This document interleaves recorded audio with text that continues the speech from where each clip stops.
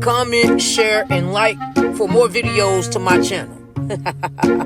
Hit the bell if you mess with hell. So they say Govan is hemmed up by the feds. I don't know what's going on, man. I just don't believe it. I don't believe it because of the conversations I have with him myself. And he's just too happy to be free. You know what I'm saying? And I do know that the police do play them get-back games. Boy, I'm trying to tell you. And those were career-breaking trials, cases. And boy, I know them. Just imagine, they thought that they had it in a bag. And Govan that slipped away from them.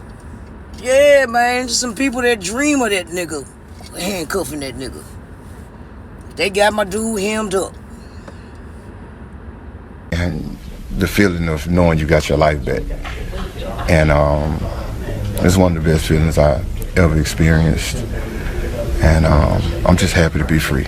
Govan isn't free anymore after a federal magistrate ordered him held in custody, believing him to be a real danger to his ex-girlfriend, who had Memphis police and the National Guard protecting her home and her child.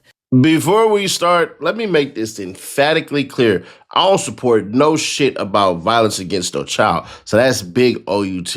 The reason for the statements and all this shit, which I don't agree with, is simply this. You taking food from my kid's mouth, so I'm going to say whatever the hell I want to say. Because part of Hernandez Govan's income is doing interviews. The car was used to get back and forth to do interviews. It is what it is. I don't condone that shit. Don't like that shit happened. But today, two things happened. We found out some paperwork that has to be addressed because he officially got indicted today. But his attorney spoke out and said, this ain't really about that. And we're going to talk about that real quick. Let's listen to what the attorney has to say. Tonight, Hernandez Govan, the man acquitted of being the mastermind behind the murder of Memphis rapper Young Dolph, sits in a federal lockup tonight, charged with cyber stalking. His attorney talked exclusively with Action News 5's Joyce Peterson tonight about new charges. And Joyce is now live for us. Joyce, does he think the feds went after him because he beat the rap in the Young Dolph case? Well, that's certainly a question many are asking tonight, Andrew. Attorney Claiborne Ferguson stopped short of saying that Govan's latest legal troubles are payback for the Shelby County DA's office losing its case against him in the Young Dolph murder trial. But he said it is, quote, highly suspicious. Do you think he was the mastermind of Young Dolph's murder? Claiborne Ferguson is Hernandez Govan's new attorney for the new cyber-stalking charges he faces. Arrested June 11th by Memphis police on state stalking and harassment charges, a misdemeanor, Govan was released the next day on a $4,000 bond. 12 hours later, he was arrested by federal authorities on the same charges, which carry a 5-year prison sentence in the federal system. That is wildly unusual, especially on something that it would be charged and is charged as a misdemeanor in state court. Somebody had to really go out of their way in order to get that done. One of the things that we were looking at in the bond hearing was whether or not alcohol was involved, and that as the day went on, he lost more control over his decision making. Do you think he was the mastermind behind Young Dolph's murder? I don't know, but I do support the jury's verdict and believe that they came to the correct decision. Ferguson also tells me tonight that Manny Aurora, the high-profile attorney out of Atlanta who successfully represented Govan in the Young Dolph murder trial, may be asked to help out in this case, too. The next step is asking the judge to reverse her decision to keep him behind bars. Live tonight in downtown Memphis, Joyce Peterson, Action News 5. Whether you like Hernandez Govan or not, his attorney is right. Bruh, when the state picked up the charges, the state was like, it was only these two things. He was only facing a year, which realistically was going to end in probation, or maybe even charges dropped from the text messages that are alleged to be sent back and forth. But we know that this has to be about Young Dolph, because remember when he said this shit in his Vlad TV interview? Roll it. So at that point, I was just concerned about me and my family. Now, you got a plea deal offer from the state. I did. What was the deal? It started off as 20. 20 years. Yeah, 20 years at 30%.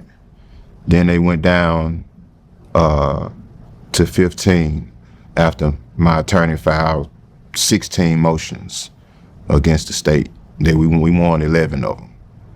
And so they went down to 15. When you say 30%, you have to serve 30% of the time? Well, yeah, the 30% doesn't mean you're gonna actually be released at that. It's just the eligibility date for parole. Okay. You could end up doing the whole 15. Yeah, you could. Or more. Yeah. You know, and with my record and with the nature of the charges, there's no way I would have made parole. Okay. After the 30% eligibility date. So we didn't think that was a good offer.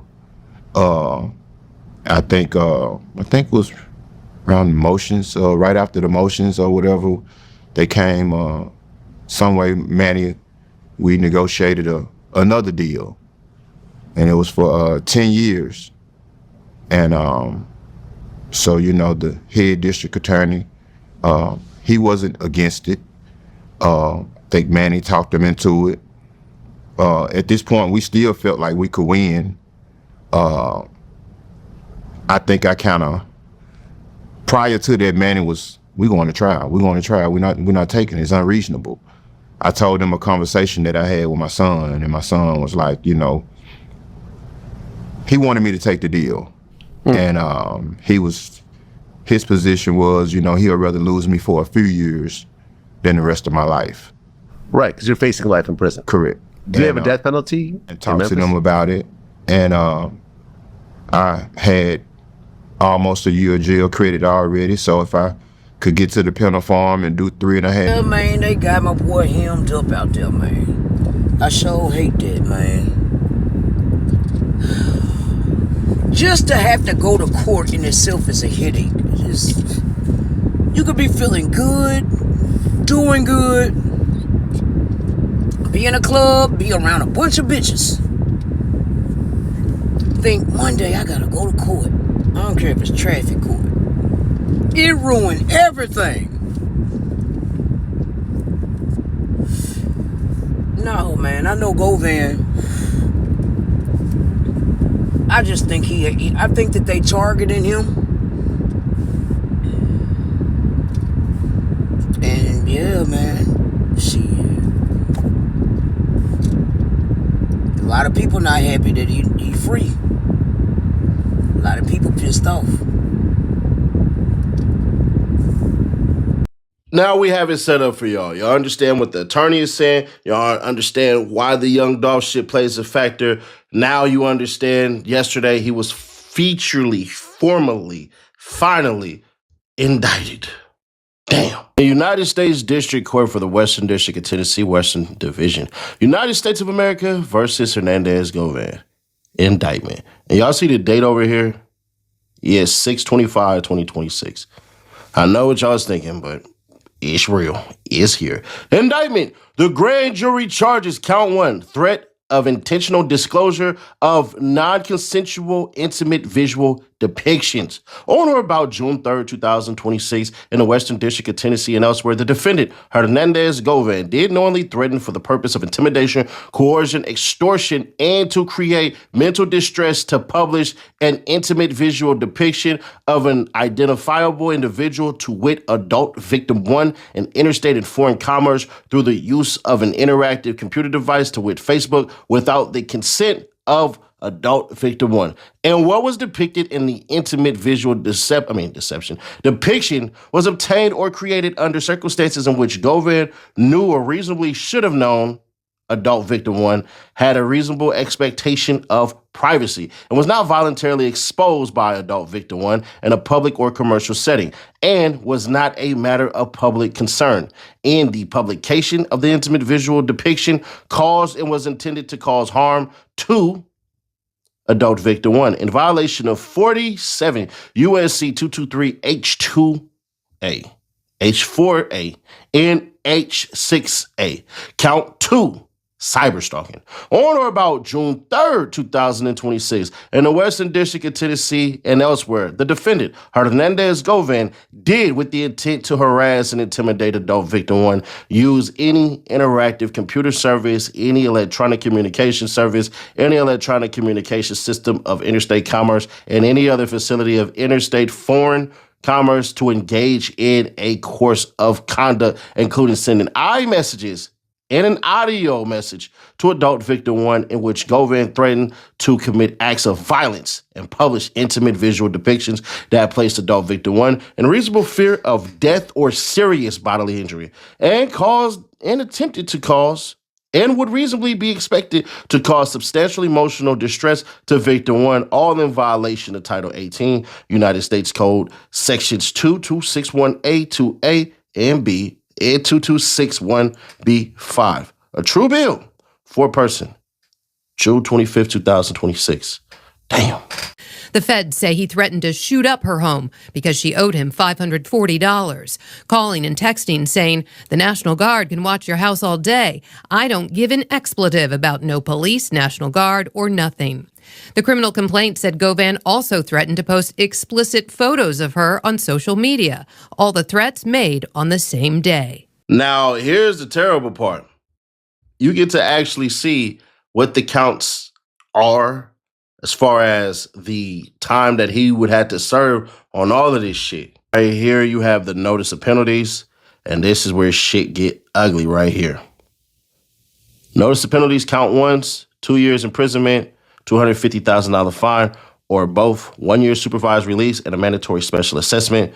Then 5 years imprisonment, $250,000 fine, or both 3 years supervised release and a mandatory special assessment of $100. It's $100 on both of them.